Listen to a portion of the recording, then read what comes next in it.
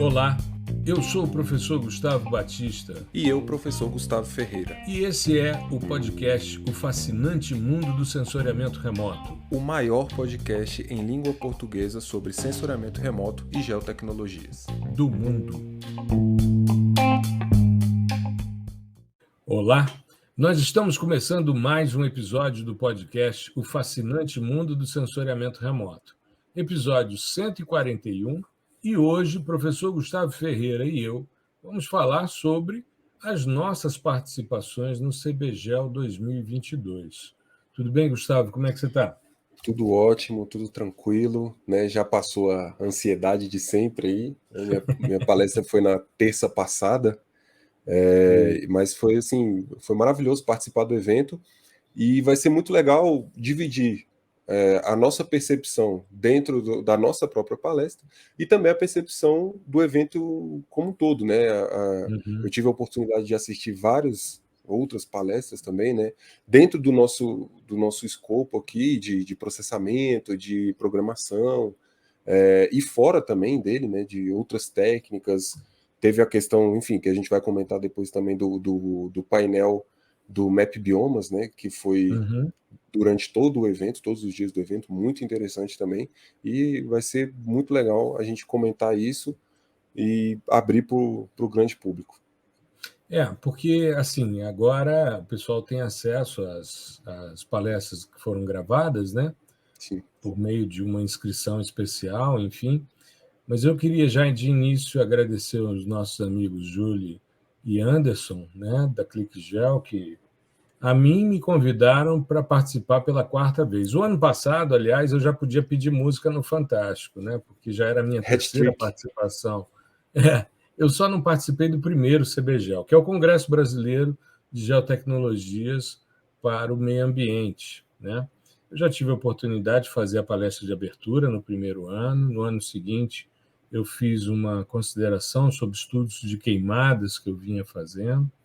E no ano passado falei sobre a importância de softwares livres, né, da utilização de softwares livres e de código aberto para processamento digital de imagens. E esse ano eu fui convidado pelo Anderson para fazer uma palestra e falei sobre os desafios para a atuação dos profissionais na área de sensoriamento remoto para o meio ambiente. Então, a minha palestra foi na segunda, eu fechei o primeiro dia, né? Gustavo palestrou na terça-feira. Infelizmente, eu já assisti algumas coisas por meio do espaço, né, VIP lá da ClickGel, para poder assistir as palestras, porque essa foi uma semana para mim muito puxada.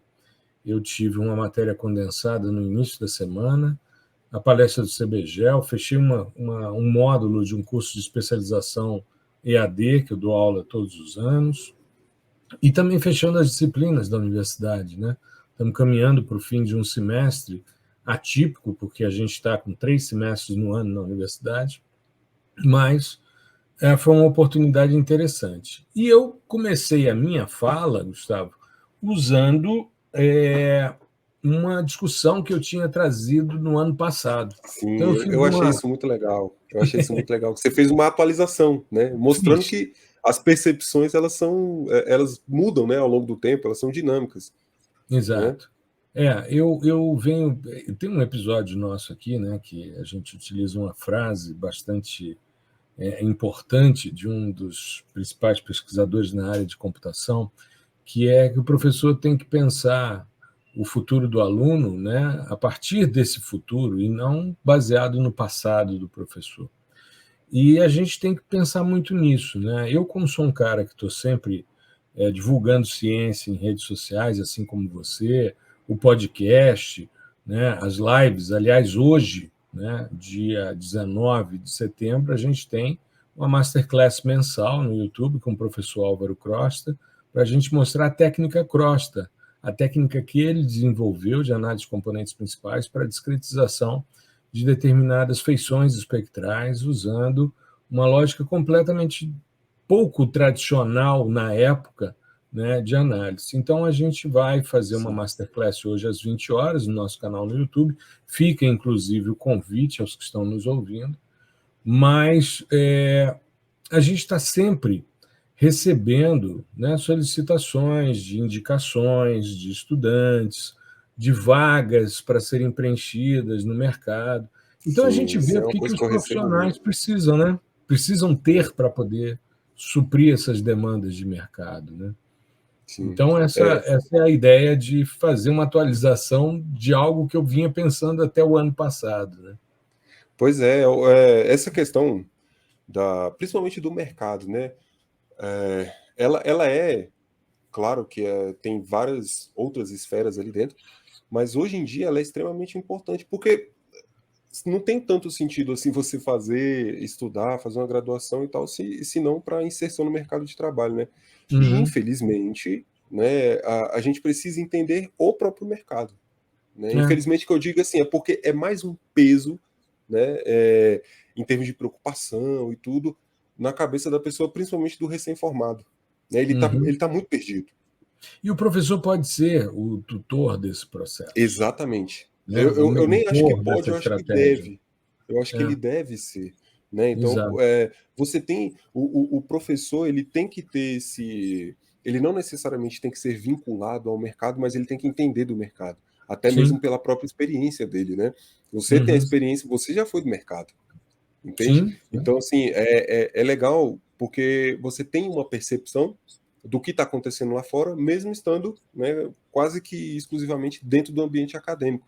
Então, É. conversar com esses dois mundos é importante, porque nem todo mundo, inclusive, é uma minoria que vai trilhar a vida acadêmica de fato, né? Exato. Nem eu Exato. que estou na academia desde a graduação, eu trilho a vida puramente acadêmica. Eu trabalho numa empresa, né? Exato.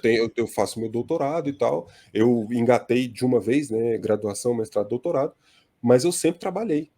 Então, Uhum. assim, e eu senti um pouco dessa angústia. Eu fiquei assim um meio tempo sem nada, sabe? E você fica, cara, o que que o mercado tá querendo? O que que o mercado tá querendo? Isso não foi passado para mim, É. entendeu? Não foi passado na graduação. Não sei se por falta de tempo, porque tem conteúdo pra caramba, a grade curricular é bem intensa, né? É bem extensa, na verdade, Uhum. mas faltou isso. E é um conhecimento importante para a gente que está saindo, né? Então Exato. Exato. se você saber direcionar e saber, assim como você colocou nas palestras muito bem, na palestra, que é Isso. entender os pilares, né? Quais Exato. são os principais pilares que o profissional, não só do sensoriamento remoto, mas de geoprocessamento, de geotecnologias, ele precisa se pautar, né? É. Eu, assim, toda semana eu recebo pedidos, né, nas redes sociais, no direct, no e-mail, pedido para indicação de pessoas, né? Eu normalmente faço a indicação dos estudantes que eu conheço e que confio e que sei que irão atender essas demandas. E é interessante porque do ano passado para cá, a gente vem vendo uma popularização de alguns dados específicos que estão ampliando a minha forma de encarar essa questão, tanto que eu incluí um novo pilar. O ano passado, quando eu fiz a palestra para o CBGEL, né, o 2021, sobre softwares livres, eu salientei que o profissional desejado pelo mercado ele se assentava, né, em três grandes eixos. Ele tinha o conhecimento teórico que está por trás de cada processamento, ele sabe processar em diversos softwares, daí a importância dos softwares livres e de código aberto, e ele é capaz de interpretar seus resultados de forma eficiente. Isso é o que eu trouxe há um ano atrás, quando eu falei sobre o que eu entendia que diferenciava o profissional de sensoriamento remoto que o mercado tanto desejava.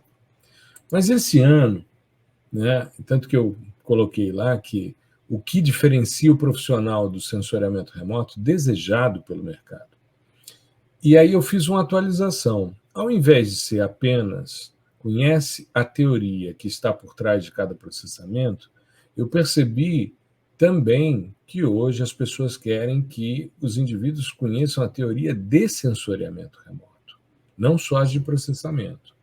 É importante que o indivíduo tenha uma noção da teoria de sensoriamento remoto, porque Você tem muitos produtos pré-processados, você tem muitos dados disponíveis, você tem, como nós falamos no episódio passado e no anterior, hoje, uma disponibilidade enorme de dados e de processamento em nuvem, e as pessoas precisam saber o que elas estão Exatamente. processando, né? Quais são os dados, como é que eles são adquiridos e tal. Então, essa teoria de sensoriamento é fundamental para embasar esse primeiro eixo, né?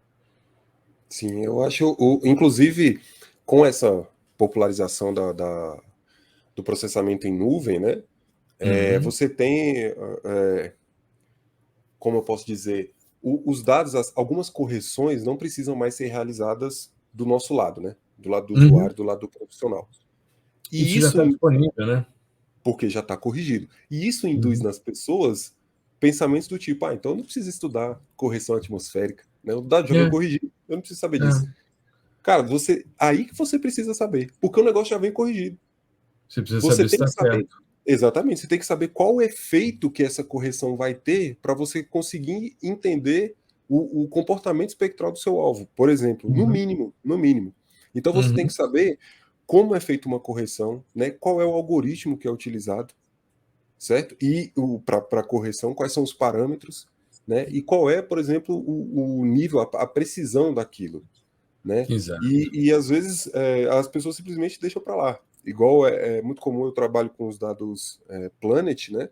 Uhum, Planet vem com um arquivo de metadados imenso, parece uma bíblia, sim. mas ali está Uhum, tudo, tem tudo que você precisa saber, né? exato. E as pessoas simplesmente ignoram. E aí vai fazer, e faz um mosaico de um monte de imagem, um monte de cena e tal, e não faz a menor ideia se aquilo está corrigido ou não, porque a Planet também disponibiliza não só a imagem corrigida, né, em Surface Reflectance, mas a não corrigida ela também disponibiliza. Claro, se você quiser e tal, existem níveis, né, de organização que você pode Uhum, acessar isso ou não, mas ela vai lá e disponibiliza tudo. E aí, qual que você vai usar? Quando, exato. quando você pede o novo lá, o 8 bandas, o Super Dove, ele vem o 8 bandas e ele vem aqui é um clipe que tira, deixa só as bandas do anterior, né? As Uhum, 4 bandas, que é o vinir, né? O clássico, o vinir clássico, né? E aí, qual que você usa? O que é esse exato. arquivo clipe? Por que ele está desse jeito? Você precisa saber. Não tem para onde correr. E isso você só sabe se você estudar essas bases que você falou, que são bases físicas, né? Tem muito da Uhum, física envolvido nesse tipo de procedimento, né? E a gente não exato. pode correr, a gente não pode correr disso. Exato. E a nossa vivência também, no ano passado a gente já tinha o PDI com Python, mas eu cada vez mais, principalmente no convívio com você, eu venho me convencendo de que saber processar em diversos softwares, os FOSS, né, os Free Open Source Software, mas também linguagem de programação. Por quê? Porque a gente vem percebendo uma possibilidade, uma potencialidade enorme de coisas que a gente pode fazer, por exemplo, com uma biblioteca Scikit-learn. A enormidade de métodos de classificação que a gente tem hoje disponível para processamento de imagens de sensoriamento remoto é muito, muito significativa. Sim, Então, o indivíduo não pode ficar preso só a uma interface gráfica, ele tem que se virar, ele tem que saber. E não só em Python, mas em R, em Julia, ou seja, em linguagens de alto nível, que estão se popularizando cada vez mais. A gente tem visto aí os nossos amigos de outras páginas, outros links, né, em redes sociais, outros perfis, se unindo, se juntando para incorporar processamento em exatamente. programação, com programação. E, Né?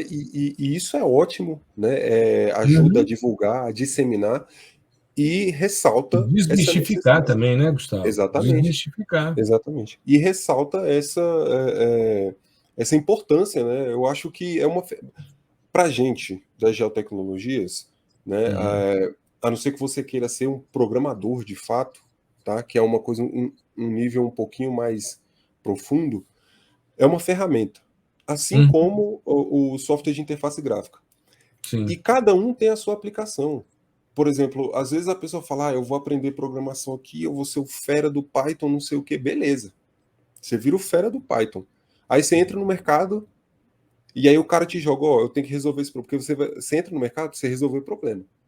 A não ser que você seja o dono da sua própria empresa. Aí E aí você vai seus problemas contratar as serão pessoas outros. para resolverem os problemas para você, né? Seus problemas serão burocráticos. Mas Exato. você vai resolver problema. E aí o cara fala, eu preciso disso aqui para daqui a 2 horas, cara. Se vira. Pois é. Ah, não, mas eu sei o Python. Só que aí você lembra que até você pensar, que inclusive foi uma tônica da minha palestra, da minha fala, que é pensar. O principal é você pensar na solução do problema. Pensar de maneira lógica, encadear todos os passos lógicos, né? Para você conseguir dar essa instrução para o computador. E isso não é de um dia para o outro, não é de uma hora para outra. O cara te deu 2 horas. Se é um problema muito grande, você vai gastar um tempo pensando. Você vai escrever seu código, ele vai ter um monte de erro no começo, você vai ter que consertar e tal. Não é bem assim. Mas agora, se já existe uma ferramenta, é um problema complexo, mas que a gente já sabe a solução. E existe Corriqueiro, né? corriqueiro. E existe um software que já tem esse negócio pronto, meu filho, não tem para que você ficar queimando a cabeça, Quebrando a não. cabeça, vai Vai nele, lá e né? faz. Você Navalha precisa. do Khan. Exatamente, você precisa Navalha do entregar o Khan. resultado. Agora, se o cara quer, eu gostaria de implementar um novo método, uma nova funcionalidade, uma nova feature, né, que a gente chama no mundo da programação. Ótimo, aí é programação mesmo. Mas aí o cara que toma a decisão, ele já sabe que esse tipo de implementação demora. Entendeu? Agora, apagar incêndio, você precisa de tudo à sua mão.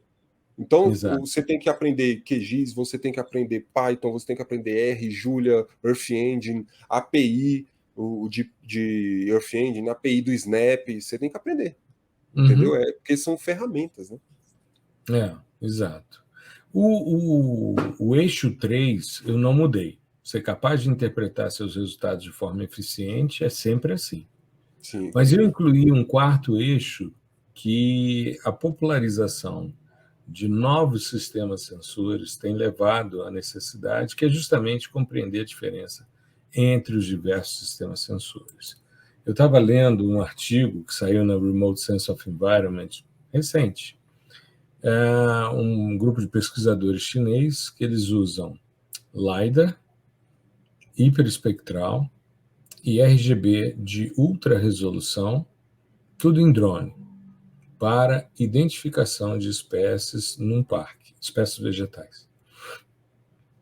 A integração extremamente elegante, bem feita, organizada, e aí, para os efeitos, para as questões estruturais, o LiDAR, para as questões espectrais, o hiperespectral, para as confirmações específicas, o RGB de ultra resolução, né? Sim.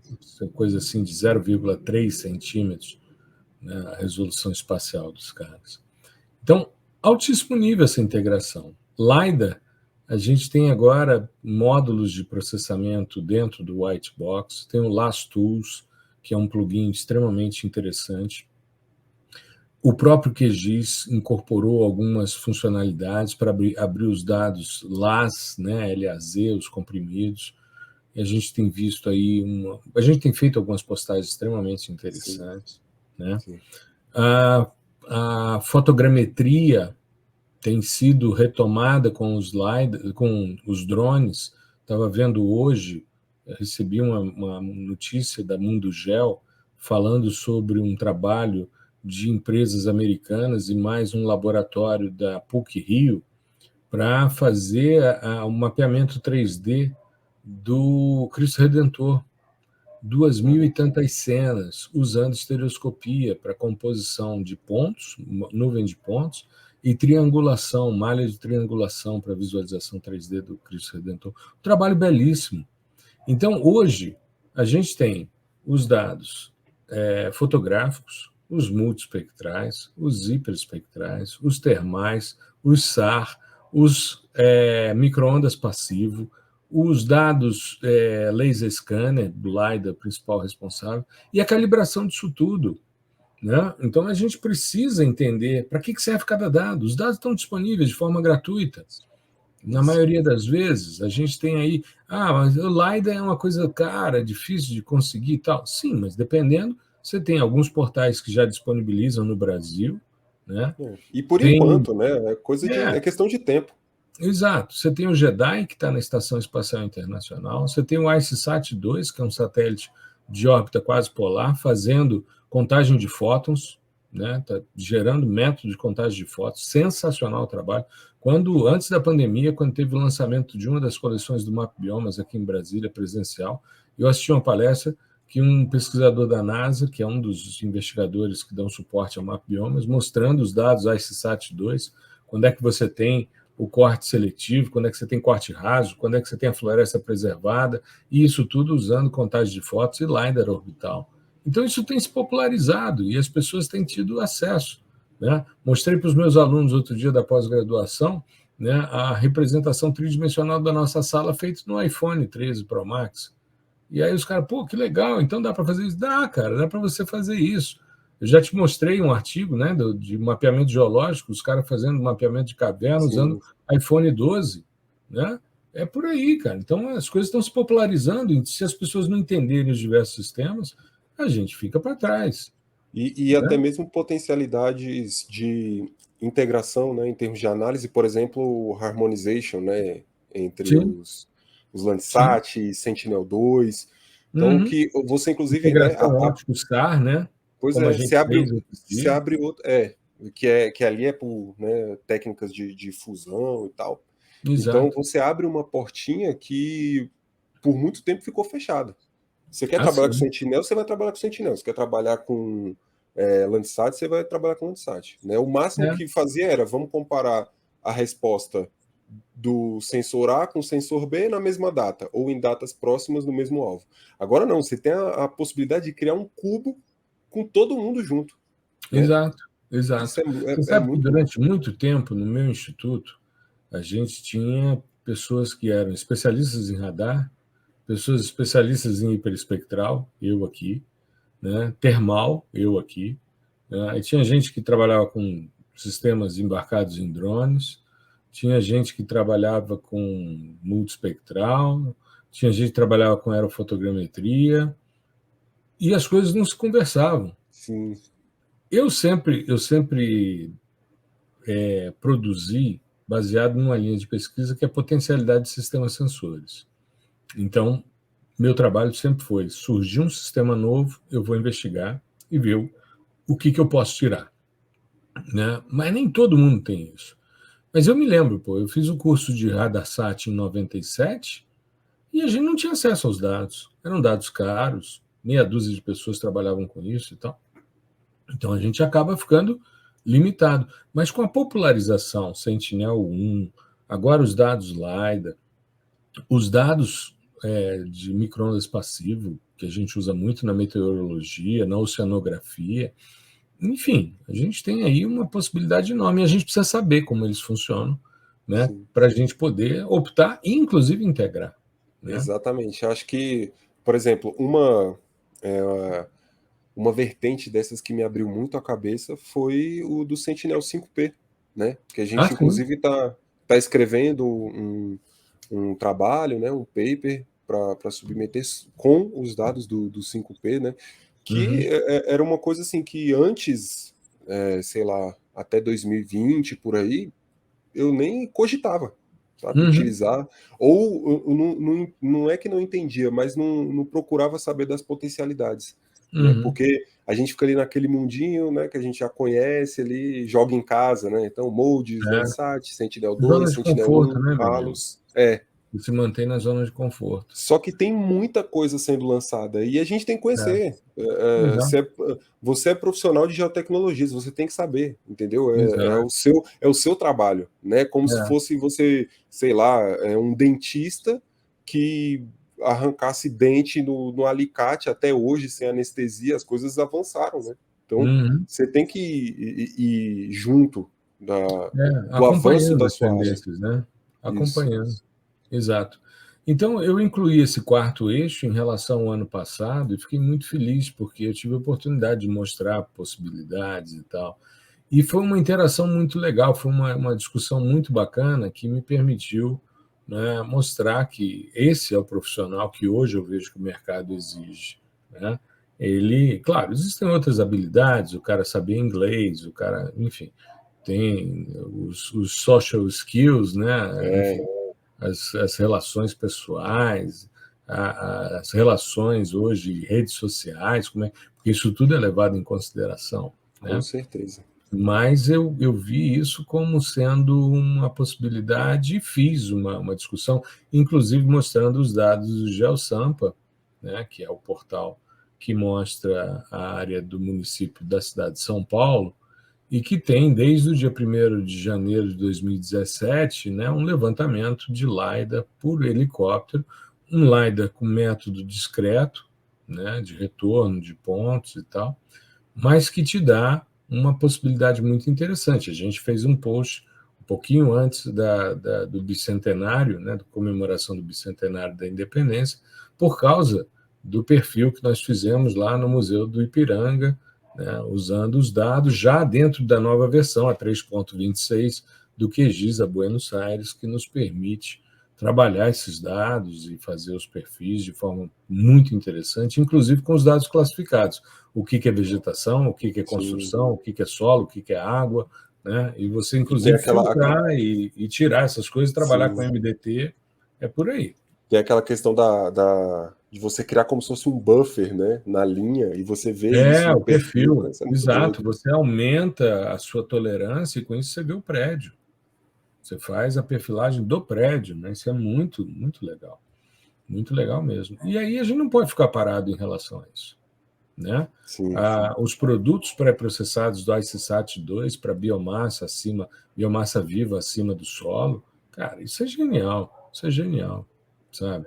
Então a gente não pode ficar parado e tem que Sim, entender sim. como é que funcionam os sistemas, como é que eles se classificam, como é que são a aquisição de dados, enfim, tipo de detetor, que tipo de processamento que você faz, né, para você poder obter usufruir dessas potencialidades e Exatamente. dessas integrações. Né? E, inclusive, estudar sobre sistemas que serão lançados, né? Assim como a gente É, já fez o post também, né, sobre os novos do programa Copérnicos, né? Então, exato. é O bacana que você tem estudar isso para previsto, você já né? entender. É, Que aí quando exato. estiver lá em cima, cara, você vai ser o primeiro a utilizar os dados e já brincar, escrever alguma coisa, publicar estudos sobre, que é assim que a roda da ciência gira. Exato. Mas me diga, como é que foi a sua palestra? Como é que você falou sobre Python, sobre Google Earth Engine, Isso. né? Assim, eu quis dar um tom mais de conversa, né, de troca de ideias, assim, com o pessoal, mas foi muito nessa tônica, primeiro, da utilização da programação enquanto ferramenta. Claro que Uhum, isso não exclui o fato de que se você quiser ser um programador, tudo bem, né? Inclusive eu sim. acho ótimo, né? Uhum, Hoje em dia eu estou mais para o lado de programador do que de usuário enquanto ferramenta, uhum, mas nem todo mundo precisa ser, né?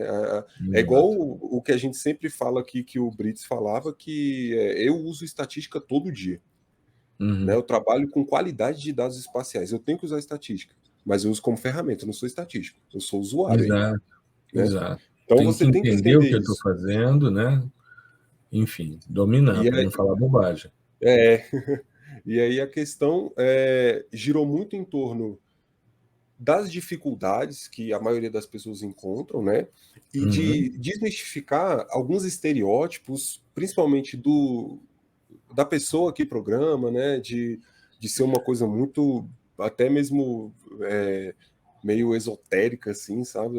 Parece que é mágica, o que o cara tá fazendo ali, né? Eu botei as figurinhas expectativa, né? Que era aquelas figurinhas de hacker, assim, o cara mexendo em um monte de código, descendo aquela coisa toda, bem rápido, meio filme, né? Hollywood. uhum. E a realidade é você parado na frente do computador É. pensando muito. Ou E, fora do aliás, computador também. eu vi um negócio que eu achei engraçado essa semana, Gustavo. Eu vi um meme que era o seguinte: na caixinha de cima, um cientista olhando um microscópio e disse: Encontrei Ah, que legal, descobri. Aí o outro cientista do lado disse: então, tudo bem, vamos repetir o experimento para ver se bate.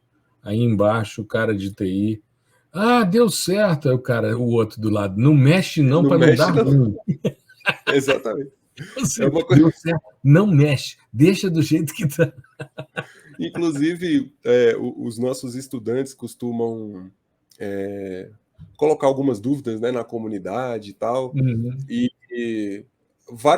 vários erros também que eles encontram ao longo do processo, que é comum, que inclusive eu falei na palestra, falei, cara, se você está querendo programar ou já até começou e nunca encontrou um erro, você que está errado. O erro está O em erro é você. você. O erro Você é que está errado. você. Então, e assim, e o pessoal publicando os erros ali, e às vezes o negócio, como se fosse um passe de mágica, ele funciona, né?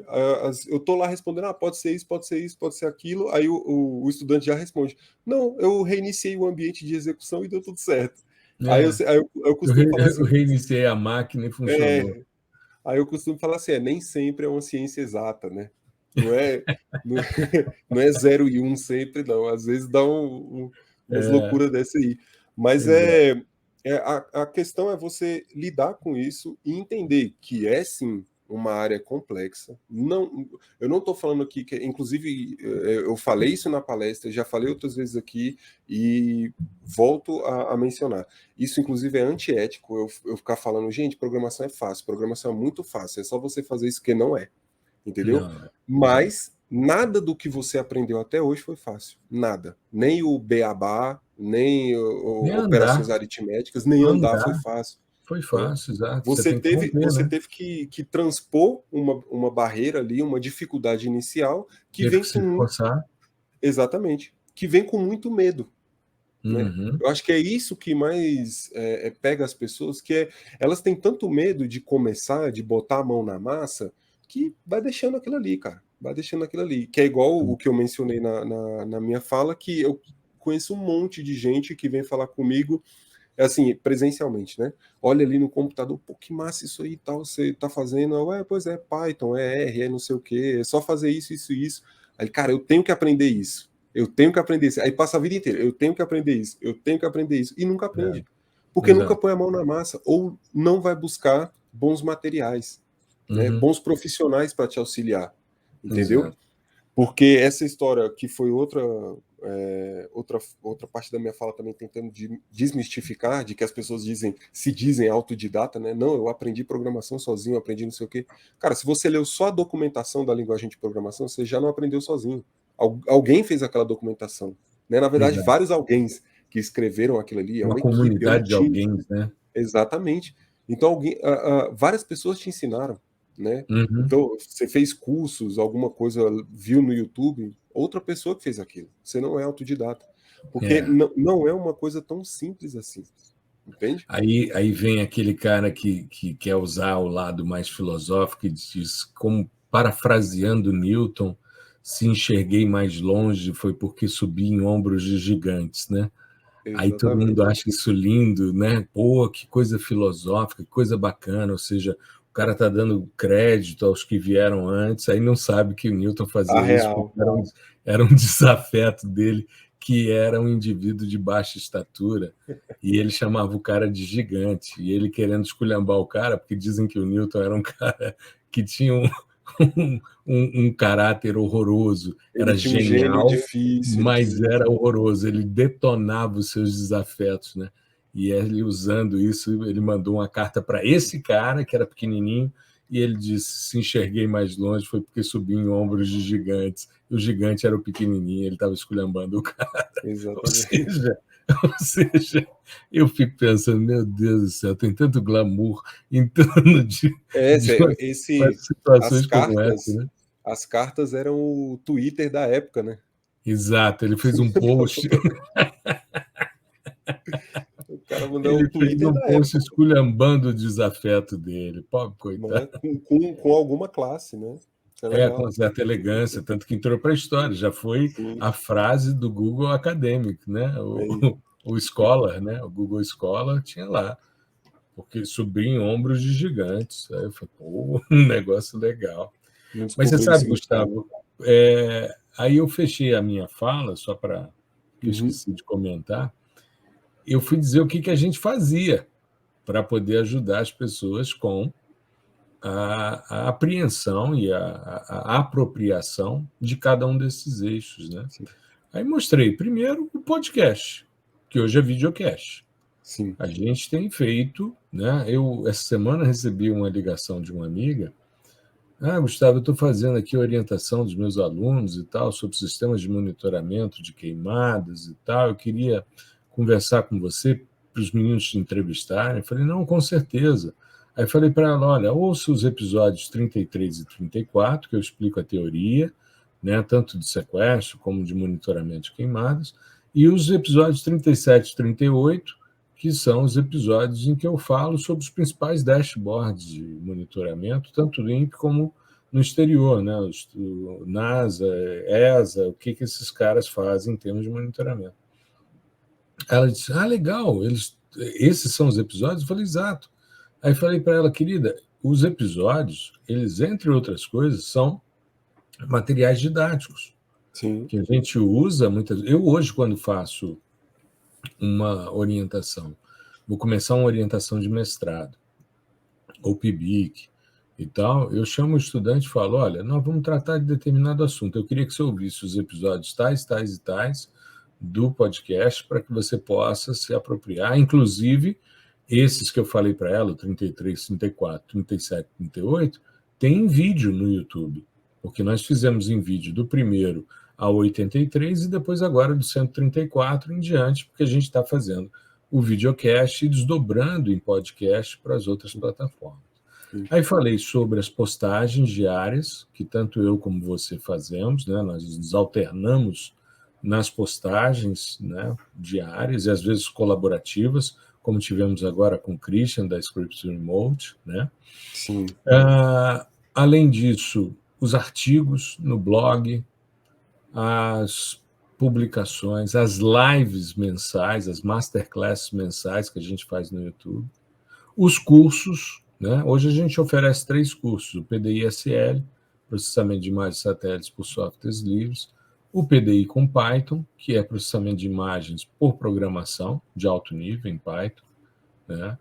E o sistema sensores, que vai ser lançado agora em outubro. Nós já fizemos a primeira turma, mas foi uma turma com os nossos alunos, uma turma mais termômetro, né, para a gente explicar os diversos sistemas sensores, é justamente todos esses sistemas e mais aulas de calibração, além do histórico, a parte conceitual, ou seja, toda a discussão necessária está ali e é um grande material que fica disponível. O cara que entrar, ele vai ficar com aquele curso para sempre, né? Inclusive com as atualizações que surgirem.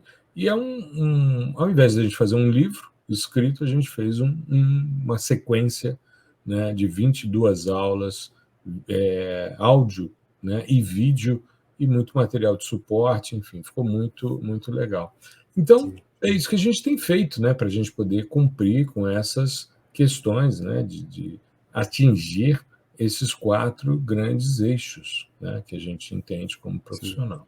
Eu acho que a parte da divulgação, da disseminação de conhecimento e da ajuda também, né, ajuda em construir conhecimento, né, porque a gente, bom, aqui são 2 geógrafos, né, que Uhum, têm uma vivência de sala de aula, né, eu fiz bacharel e licenciatura e tal, uhum, e a gente aprende na licenciatura que o professor ele atua, né, como um mediador ali na construção de conhecimento. Então é muito importante a é. gente entender o nosso papel enquanto professor na construção do conhecimento. Como um Aqui, facilitador do processo. exatamente, ninguém aqui está impondo nada, né? Uhum, O que a gente faz é trazer, abrir umas portas e o próprio estudante vai caminhar, né? E é claro que a uhum, gente dá todo o auxílio, todo o suporte para ele, né? Mas isso é muito interessante. Eu acho que essa visão também é importante, né?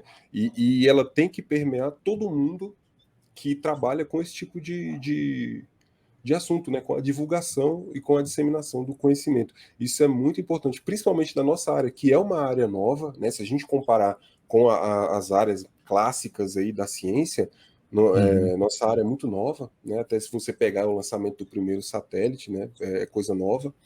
E ainda é um pouco nichado aqui dentro do Brasil, né? Agora que a gente está começando a expandir, sair um pouco do contexto de quem faz uma graduação ambiental, né? Ciências ambientais, engenharia florestal, engenharia ambiental, geografia, geologia, geofísica, enfim. Então você vê pessoas, por exemplo, de outros cursos, né? Jornalismo, história, psicologia, correndo atrás de algo das geotecnologias. O pessoal de TI, então, nem se fala, tá? E isso eu falo com conhecimento, né? Eu trabalho com o pessoal de TI e todos eles que são só TI vivem correndo atrás de né? De geotecnologias, porque é uma coisa muito forte agora, em termos de É um mercado. universo, eu diria que é um oceano, melhor dizendo, um oceano Sim, azul para navegar, né?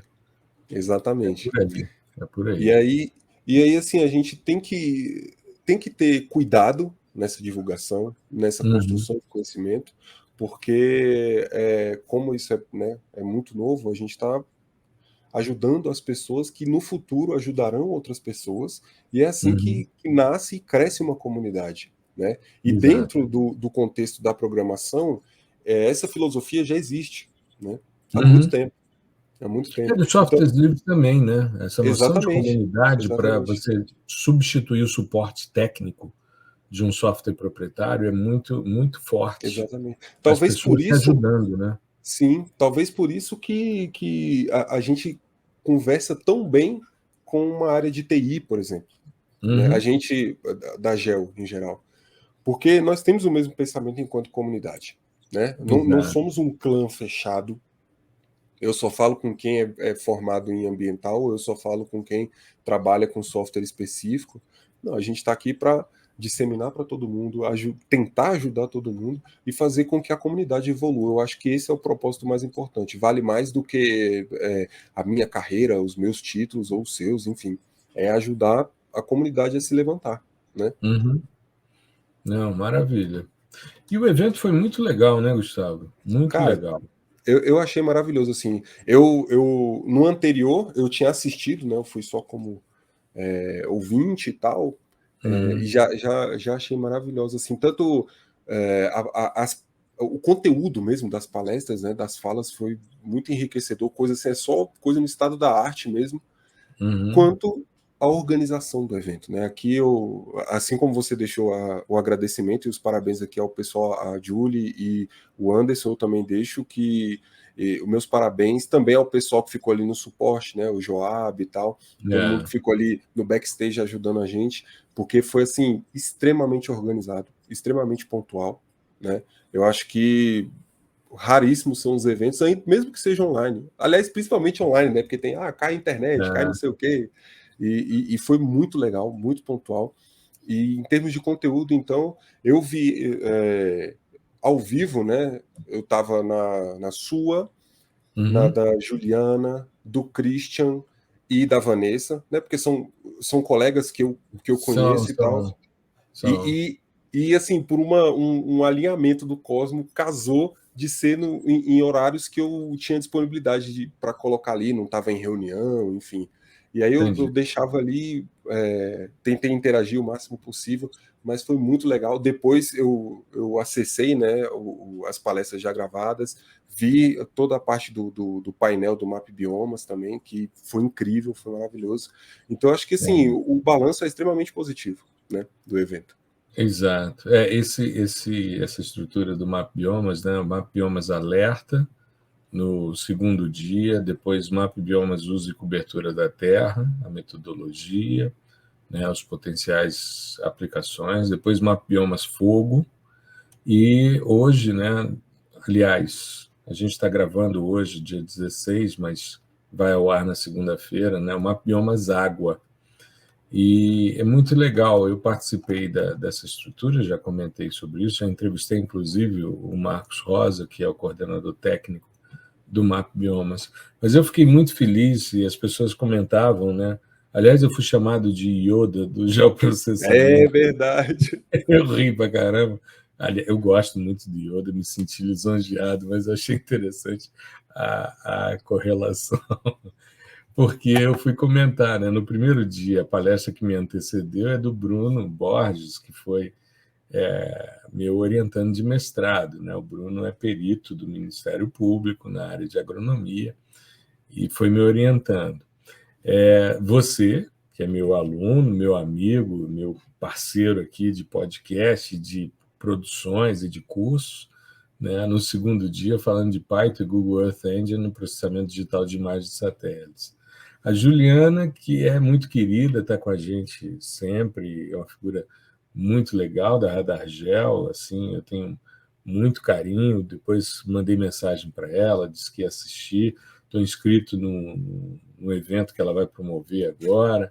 O Carlos Groman, esse eu assisti, o Groman eu tive a oportunidade de assistir, porque eu estava em colegiado virtual, então o celular de um lado assistindo o Groman e o computador no colegiado e participando e tal, enfim.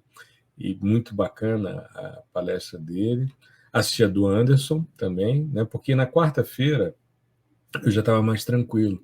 Segunda-feira eu dei aula de 8 a meio-dia, de 2 às 6, aí fiz a palestra. Na terça, a mesma coisa, e dei aula à noite. Então ficou muito puxado para mim. Do Anderson foi muito legal a palestra. O Groman falou sobre modelos digitais de elevação globais, né? O Anderson entrou com automação de operações, né, fazendo modelagem tipo Model Builder, né, no QGIS, muito legal o trabalho dele. O Christian estava entrando e eu entrando em aula na graduação, mandei uma mensagem para ele no WhatsApp desejando sucesso, né, a importância na tomada de decisão para estudos ambientais. A Vanessa, eu estava em sala de aula também, quando ela falou, uma querida amiga, uso de Python, delimitação de bacia hidrográfica, né, e extração automatizada de redes de drenagem. Então, assim, eu estava muito em casa, muita gente conhecida, muita gente querida, né, fazendo suas apresentações. Para mim foi um grande barato. Eu me lembro o primeiro CBGEL que eu fiz a apresentação, a minha internet deu uma falhada violenta, faltou.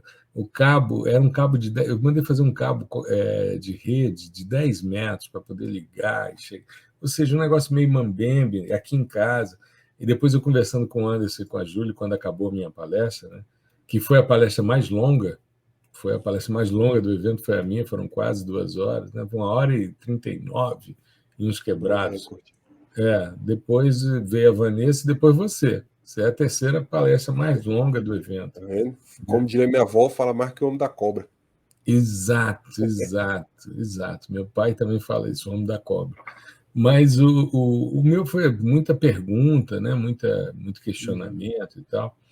E eu, quando terminou, aí encerramos a transmissão, aí eu fui bater. Aí o Anderson entrou, eu estava com a Júlia, né? Aí o Anderson apareceu para a gente bater papo e tal, e conversando, e ele falando, né, dos desafios que foram ao longo dos anos para melhorar a internet, para poder oferecer uma estrutura de alto nível. Hoje ele tem um espaço lá de interação, né? Tem os momentos, né, de integração com os palestrantes. Networking, né? Networking. Eu já participei de um evento como esse, de entrar ao vivo no Zoom e as pessoas conversarem com a gente, trocarem ideia. Isso humaniza muito o evento, né? Sim. Eu fiquei muito, muito satisfeito, muito feliz de poder participar novamente do CBGEL. Tanto que o primeiro que eu participei, eu gravei depois a palestra e disponibilizei em vídeo, que tinha dado umas interferências e tal. Aí mandei para o Anderson, ele fez a edição, botou o início e tal, e me mandou, e está no meu canal no YouTube, eu acho, até hoje está lá. E eu fico muito feliz com isso, né? Porque Foi um sucesso. foi sim. Foi um sucesso. E vida longa ao CBGEL, já falei para os caras. Exatamente. Eu estou aguardando aí o CBGEL 2023. Agora já era, me chamaram, agora já era. Já estou pensando na próxima, qual é o tema. Exato, exato. Porque isso passa a fazer parte do calendário, né, de grandes eventos. Grandes eventos. Eu, ano que vem, Simpósio Brasileiro de Sensoriamento Remoto, CBGEL e Mundo Gel Connect. Eu estou querendo estar, né, nesses três, né? Claro que o Simpósio Brasileiro de Sensoriamento Remoto é certeza. mas Mundo Gel eu gostaria, porque é em São Paulo, uma forma também de visitar meu filho, e é um evento muito bacana, palestras muito legais. E, ao mesmo tempo, CBGEL, que vem se consolidando como um dos maiores eventos online, né? E com isso a gente tem não só um engajamento muito grande, mas a possibilidade de chegar a mais pessoas. Imagine você ter uma quantidade de gente inscrita no Brasil todo, que teria que se deslocar para um determinado lugar, além da dificuldade que é você montar um painel com tantos profissionais de tantos lugares. Aqui, Exatamente. você manda um link, Logística, né? você manda um link e começa o negócio. Né? Então, é por aí. É isso, né, meu querido? Eu acho que a gente expôs aí o que a gente falou. Tem mais algum aspecto da sua palestra que você queira abordar? Não, eu acho que a gente cobriu bem o que foi falado lá, né? Acho que se eu falar, talvez, se eu falar aqui vai ser chovendo molhado, é coisa que eu já falei nos episódios aqui do podcast, mas a ideia é comecem, né, dentro da programação, não tenham medo, né, e entendam as dificuldades e saibam lidar com Vão elas. vão errar, Exatamente. e aí que vão aprender. Exatamente. Né? Entendam o que está acontecendo ali, por que você está errando, né? Procurem bons profissionais, uma boa comunidade, um acervo de documentações legal, tá? Uhum, E essa é a receita para você se dar bem. Entenda que é de passo em passo, né? Degrau em degrau. uhum, Você vai subindo exato. devagarinho e quando você menos esperar, você já está lá em cima e quando olha para trás, pô, eu aprendi tudo isso já, né? Então, Uhum, isso é muito legal. Eu acho que a é, gente conseguiu olhar, né, pro comecinho lá e ver, cara, eu não sabia nem o que era Python, enfim, eu não tinha a é, menor noção disso e hoje em dia eu já estou executando minhas tarefas com maior facilidade. isso. Ainda tem muito para aprender, mas já Com aprendi muita certeza. coisa. É por aí. Maravilha, eu acho que a gente abordou bem. Fica a dica aí. Quem quiser, procura aí o pessoal da ClickGel para acessar o material gravado, vale muito a pena para ter acesso. Né? A palestra da Vanessa, pelo que o Anderson me disse, foi a 100ª palestra em CBGEL. Né? Então, a gente tem aí um volume muito grande de palestras, de material, sempre com inovação, né? E as coisas novas e que são tendência em termos de mercado vão surgindo nesse tipo de evento. Toda vez que Anderson me convida, eu proponho um tema novo, vou buscar e elaborar e construir, né, do zero uma palestra que seja inédita para poder fazer um trabalho. E normalmente eu venho depois, antes eu fiz isso em todos os outros eventos, né, mas sempre trazendo a discussão, e não o que falei, mas trazendo para cá a consideração sobre o que foi abordado no CBGEL. Né? Uma oportunidade. Exatamente. Maravilha, meu querido. É isso, Vamos Anderson. encerrando, então, o nosso episódio 141 do fascinante mundo do sensoriamento remoto. E segunda-feira, 5 da manhã, sai nas principais plataformas de áudio, ao vivo, aliás, em vídeo no Spotify e no YouTube, e também hoje, às 20 horas, Masterclass mensal no YouTube com o professor Álvaro Crosta, do Instituto de Geociências da Universidade Estadual de Campinas. Né? Vai Essa ser um vai grande ser, putz, vai ser evento. muito legal. Vai ser muito legal porque vocês vão entender que a técnica Crosta, né, ela é muito, mas muito dependente do conhecimento do usuário. Muito. Exato, E exato. aí entra em todos aqueles pilares que você comentou. O cara Uhum, precisa entender do alvo que ele está querendo evidenciar, ressaltar, ele precisa uhum. entender do sistema sensor, ele precisa entender das bases, né, matemáticas, no caso aqui de álgebra Estatística. linear e É, estatística, né? é. Então, vocês vão ver uma aplicação prática do que a gente tratou nas palestras. Maravilha, maravilha. É isso aí. Meu querido, fique bem, se cuide. Uma boa semana para você, uma boa semana a todos que estão nos ouvindo. Fiquem bem, um grande abraço. É isso, idem, se cuide aí. Então, um grande abraço para o pessoal e fiquem bem. Tchau, tchau. Falou.